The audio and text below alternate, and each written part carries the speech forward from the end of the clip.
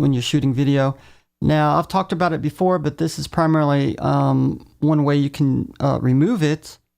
And I'm talking about a plugin for a lot of video editors called the Neat Video plugin that removes video artifacts and noise.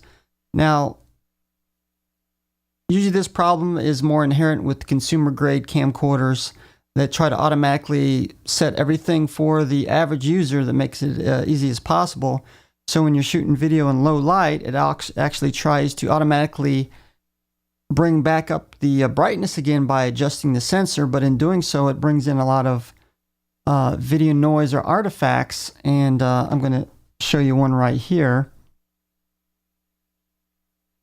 And we're going to try to do this full screen just so you can see what it looks like.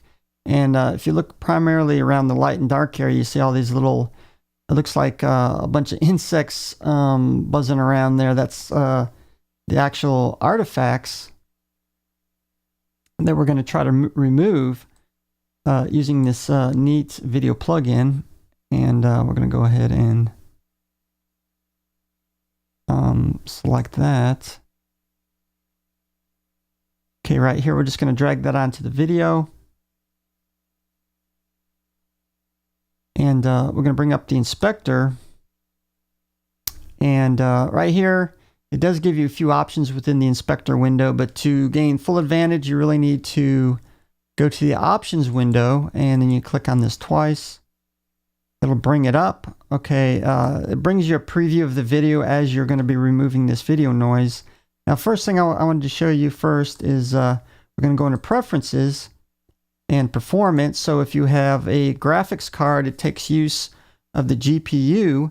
If you're using NVIDIA, it also supports CUDA for parallel processing for the GPU. Now, we selected GPU or CPU only because when I tried to use the GPU for the use GPU only or the CPU and the GPU, my video card ran out of video memory. I got like 2.5 or 2,500 gigabytes. But doing this screencasting, I was running out of memory and a lot of errors, so I had to switch it to CPU only. But I also wanted to show you the some of the advantages. The plugin utilizes multiple cores as well. I've got it set for 8 cores since I got a Mac Pro 8 core. I didn't want to utilize the virtual cores because just using the real cores probably be more efficient. Okay, so here we are now. To utilize this pretty much automatically, I'm not going to go into manual fine-tuning, but you got to first make an auto profile, which kind of searches in the video the perfect area they're going to take a snapshot of to remove the noise, and you can see the blue square here, which you can also move around if you want to do it manually.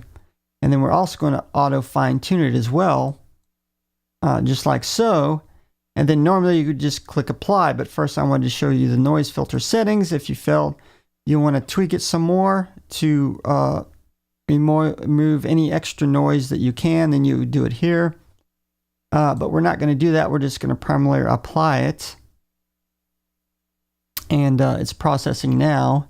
And as you see, we got all our cores working here. It looks like the processor is also doing a little bit of work as well somehow.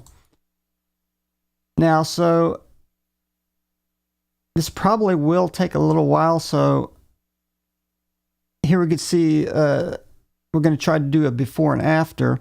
Okay, here's what it looks like with the plugin applied, and then without, and then with, and then without. Now we're going to try to do this full screen. It may not work very great because it's still not finished rendering, but we're going to try to see what it looks like. And it does appear like it is